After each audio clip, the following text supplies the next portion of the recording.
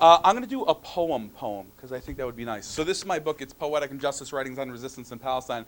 My mom actually says it's the coolest thing to come out since slap bracelets. That's weird. But they had to ban them because people started to hurt their wrists. The metal, it poked through. My mom said no such thing. She doesn't even know what slap bracelets are. But anyway, going on. So a constant theme in the book is Jaffa. My grandparents are refugees from 1948. If it wasn't for my grandmother, I would have never had the opening to Palestine. And unfortunately, she wasn't alive when the book and CD came out, and she wasn't in a proper state to even see the manuscript.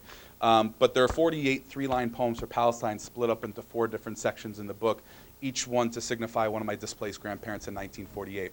And I wrote, the poem is dedicated to her, and I also wrote a poem called Jaffa.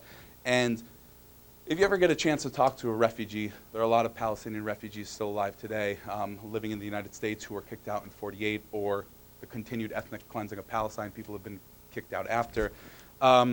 It's a world into the title of this event, of sadness and brilliance. And to my grandmother's dying day, everything was Jaffa, Jaffa, Jaffa, and it was always about return. She didn't feel at home in Beirut. She didn't feel at home in the United States, and she just wanted to return to Palestine.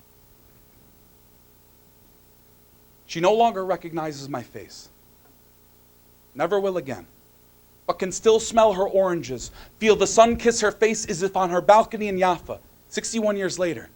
Described like the most magnificent villa, must have been 7 stories tall, spanned half the neighborhood, tree branches opened like arms, so trunks could witness its beauty.